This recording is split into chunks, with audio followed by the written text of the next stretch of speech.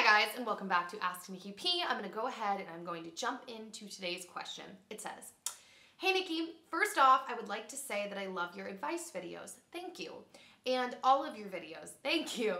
I watch all of them. I recently got into a sticky situation and I would love your advice on it. Me and my boyfriend met in April through mutual friends, but he lives in Arkansas.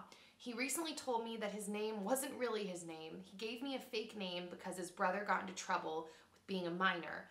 I was 17 when we met and now I'm 18, so he told me his real name. Nothing like this has ever happened before, so I forgave him.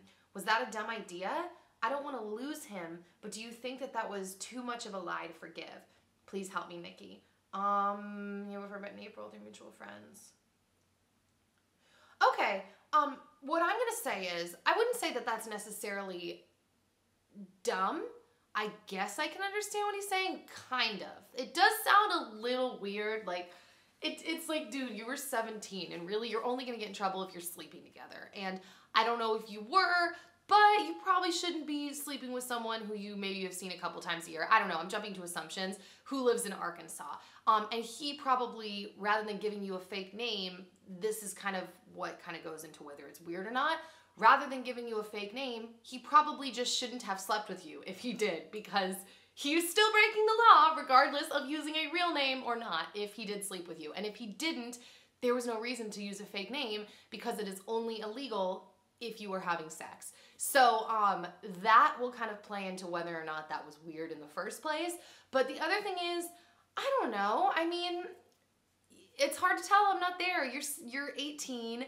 If you really like this guy and you want to keep the relationship up, then keep the relationship up. Keep talking to him. I will say that's hard. You're about to go, I'm assuming, into college. If not, you're probably going to be going into work.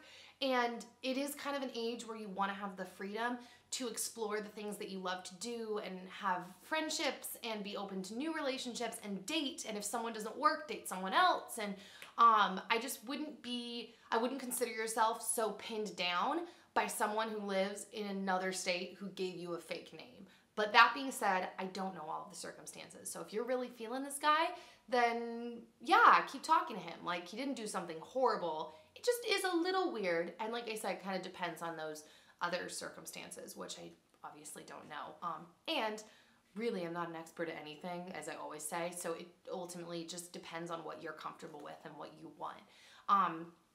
So yeah, I know that was a really short answer to your question, but I don't have that much else to elaborate on. Thanks for sending the message.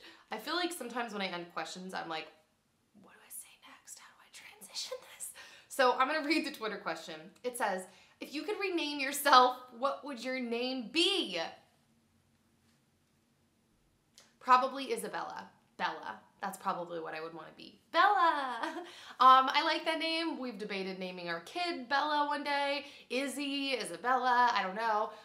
So probably that. I haven't given too much thought. I kind of did rename myself. That's the thing. Like, Dan and I, we were talking about this the other day, and if you watch my vlogs, you know that I've talked about this with the twins a lot. Like, I was Nicole for like the first chunk of my life. And, excuse me, then I met Dan and he started calling me Nikki and I became Nikki. And my parents called me Nikki sometimes, but still, I was Nicole. And YouTube, I'm Nikki. And I'm Philippi too. Like, I was Nicole Mullinger and now I'm Nikki Philippi. And it's so weird. So I basically did go through a name transformation. And it's kind of strange to think about. And I told Dan, only recently have I actually started to feel like Nikki Philippi, because I still felt like Nicole Mullinger up until recently. And now that transition has really taken place within the last, I don't know, 6 months to a year maybe? I don't know. But as time goes on, I feel more and more like Nikki Philippi and less like Nicole Mullinger. And I still haven't changed my last name legally, but this is the year it's happening. I will legally be a Philippi this year. And yeah, so that is it. If you want to send me questions or messages, you can email me at asknikkip@gmail.com, or you can use the hashtag Asknikkip. I'll see all you little players later. I don't know. And yeah, bye.